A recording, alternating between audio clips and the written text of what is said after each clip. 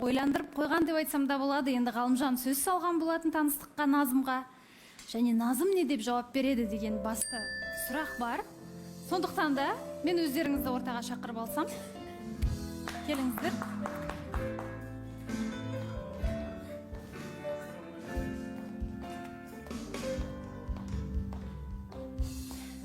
Ғалымжан жайғастырып жатыр, мен Назым қасыма келеме деп ойлағам негізі. Менің жаныма отыра берсін. Иә?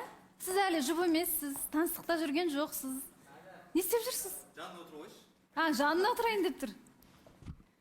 Негізі бола ма? Просто микрофон алайын деген ма? Мейлі, жайғасыңыз. Хорошо. Қалайсыздар, қалдарыңыз қалай? Шүкір, жақсы. Сол күннен кішкене алдында ауырып қалған болатын ғой, суық тиіп, сол кезде үйден шықпай, система қабылдап, солай жүрдім. Қазір бәрі жақсы ма? Иә, кішкене тамағымда ангина болып тұр. Ауруға болмайды сізге. Сөз салып қойып, артқа шегінетін жол жоқ. Иә. Сап-сау күйіңізде тек қарым-қатынасқа дайынмын деп тұруыңыз керек. Назым, сіз қалайсыз? Қайырлы күн, баршаңызға жақсы. Барлығы Балауса ханым. Барлығы жақсы. Енді сізге сөз салу болды. Әрине оған дейін енді сезім жоқ дегендей дүниелер болды. Түрлі жаңағы сөздер айтылды. Тіпті екеуіңіз бір-бірлеріңізбен бір көшеде тұрғансыздар ма? Жақын бір ауданда тұрған болып шықтыңыздар ма? Иә, Шымкент қаласында бір аудан бар бізде. Сол менің көшем былай осылай орналасса, ортада үлкен көше бар. Содан оң жағында бетте сол жақта тұрған екен. Иә, енді Назым, сіз туралы Ғалымжан біраз нәрсені сізге сөз салмастан бұрын сұрастырып біліп қойыпты, иә, Шымкентте жүрген кезде. Сіз бір хабарласып, сұрап, хат хабар алысқан жоқсыз ба Ғалымжан жайлы? Жоқ, Балауса ханым, ондай ештеңе болмады. Қандай жігіт екен деп. Бір-екі ауыз сөз айтып кетсем болады ма? Иә, айтыңыз.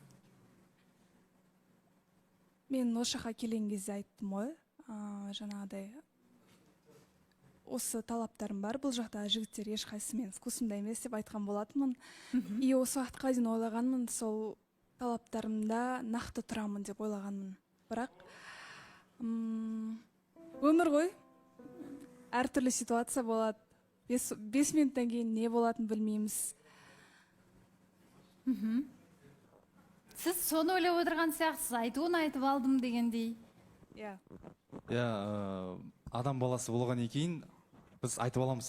Жаңа Садөлет айтты ғой, әр нәрсені айтқан кезде ойланып айту керек болатын. Мен де бірінші келген күні сол айтқан, бұл жерде қыздармен сөйлеспеймін деген сияқты. Кейін одан кейін ойлана келе, мен айтқан болатын, енді болашақты білмейміз ғой. Ертең бармыз, кейде жоқпыз дегендей, адам баласы болсын, басқа да нәрсе болсын, дүниеге салатын. Любой нәрсе, махаббат болсын, сезім болсын, ол любой уақытта айтпай келіп қалуы мүмкін. Иә, Назым келгеннен бастап, сол бірінші күннен көзім түскен болатын. Одан кейін ұл қызын қай кезде мен тәрбиесі жақсы, өте керемет екен, қай кезде байқадым. Бір-екі күн осы жерге келген кезде сөйлескен болатын. Сол кезде вальске шақырған болатын ғой. Сол кезде шықпай, даже дистанция осылай сап тұрды да, мен сол кезде түсіндім да, бұл керемет қыз екен ғой деп. Мен билеген өзінде мен былай ұстаған жоқпын, қолымды былай қойып, еш уайымдама, сондай деген сияқты айтқан болатын.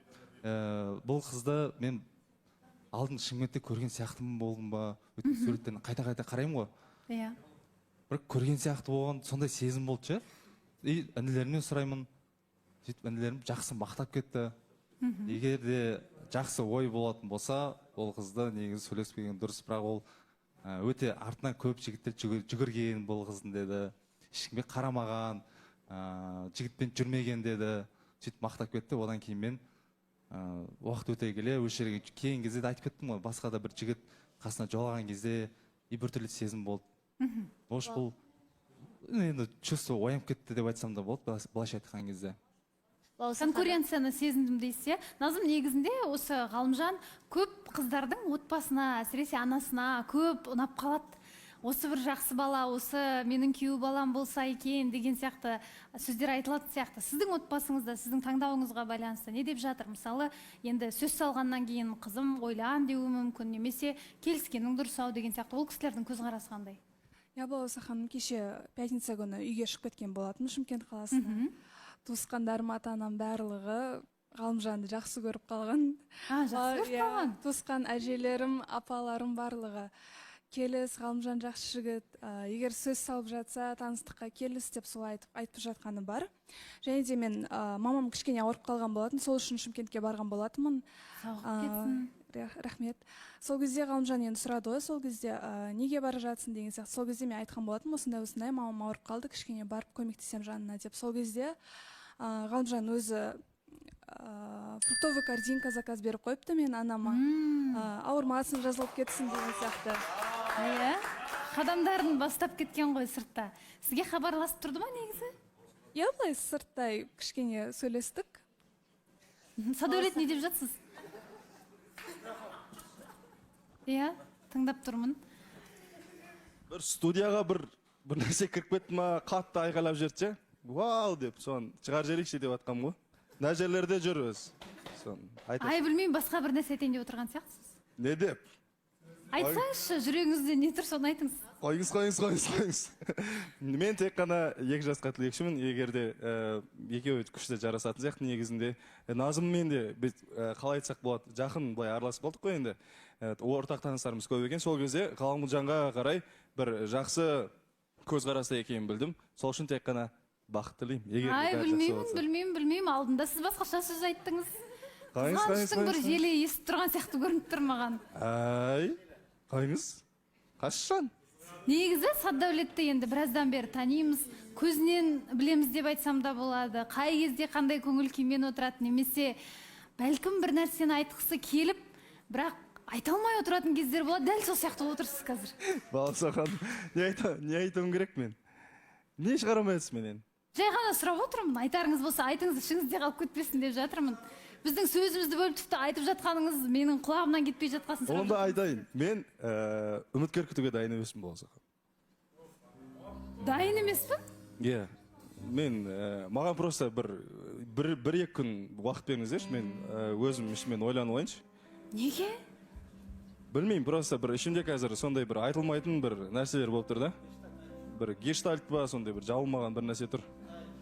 Сондай, сол үшін маған 1-2 күн уақыт берулеріңізді сұраймын, мен үміткер күтуге дайын емес сияқты. 1-2 күн уақыт тіпті мен білмеймін. Енді әрине, бірақ ертең үміткер келіп тұратын болса қалай болады екен енді? Ертең мысалы келейін деп, жиналайын деп жатқан қызға келмей қойыңыз дейміз ба? Иә, білмеймін, мүмкін. Ең басты себебі неде деген ойда отырмыз. Сол себебін ортаға өзім сезімдеріме егерде көзім жетсе, егерде менде шынымен де расымен де ол нәрсе болса, мен білесіздер ғой ойланып аламын бірінші, потом қадамын жасаймын. А қазір менде бір айтылмай тұрған нәрсе бар, шолпан бас нес. Енді просто ішімде бір нәрсе тұр, сол нәрсе мен өзім сөйлесе алайын, содан сіздерге айтамын. Жақсы. Енді кім бізде тағы үміткер күтпейтін кім бар еді? Аян үміткер күтпейді. Садәулет үміткер күтпейді. Баласақан, мен де күтпесем бола ма? Ау.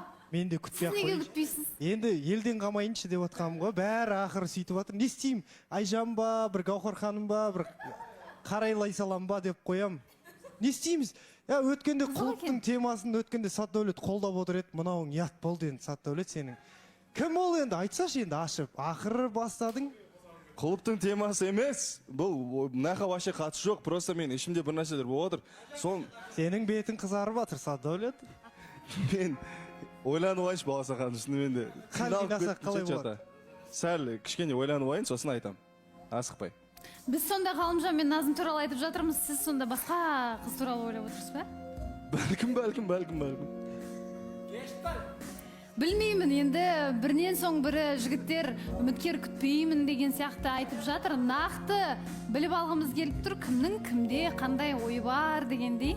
Ал енді Назымның жауабы қандай болады? Ғалымжанға берер. Барлығын жарнамадан кейін бірге білеміз.